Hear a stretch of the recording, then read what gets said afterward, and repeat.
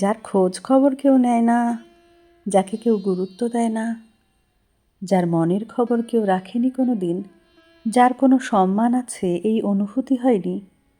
কেউ খেয়াল রাখে না দিন শেষে, যে শুধু দুঃখ কষ্ট পেয়েছে আজীবন, যার মন ছুঁয়ে দেখেনি কেউ, ভালোবেসে দুদণ্ড পাশে বসেনি,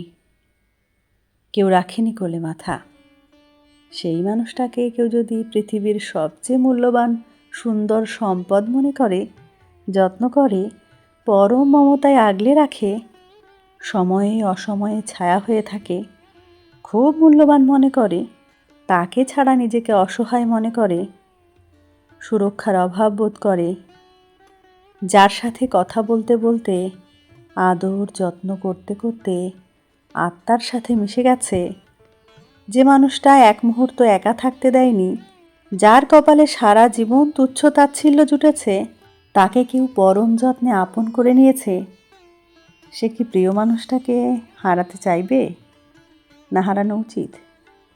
কারো ক্ষতি না করে শুধুমাত্র তার ভালো চাওয়া মঙ্গল কামনা করার মধ্যে কি কোনো পাপ থাকতে পারে? সবাইকে এক দাঁড়িপাল্লায় ওজন করা কি উচিত?